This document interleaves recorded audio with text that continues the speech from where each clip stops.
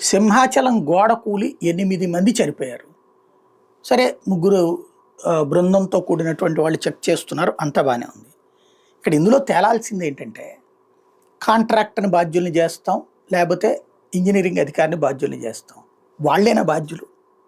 Engineering సిబ్బంది వాళ్ళు వాస్తవంగా పని చేయండిరా నాయన అంటేనే 10 రోజుల పనిని 100 రోజులు చేస్తారే.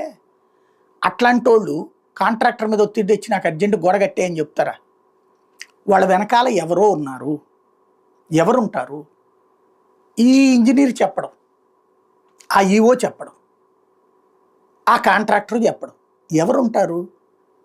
అర్జెంటుగా కట్టేసి డబ్బులు తీసేసుకోవాలా, బల్క్‌గా కట్టలు డబ్బులు తీసేసుకోవాలని ఎవడుంటాడు? వీళ్ళని ఒత్తిడి చేసిన రాజకీయ నాయకుడు ఉంటాడు. వాళ్ళు సేఫ్‌గానే ఉంటారు. మునిగిపోయేది వీళ్ళు.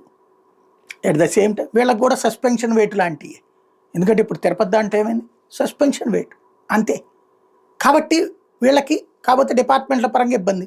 అది వాళ్ళు ఏమైనా మరి పరిహారం సెట్ చేస్తారేమో తెలియదు. కానీ నష్టపోయినటువంటి ఆ కుటుంబాలకి నష్టపరిహారాలే మిగులుతున్నాయి. మనం నీతి తప్పుతున్నామేమో ఆలోచించుకోవాలి. బాధ్యత వదిలేస్తున్నామేమో ఆలోచించుకోవాలి.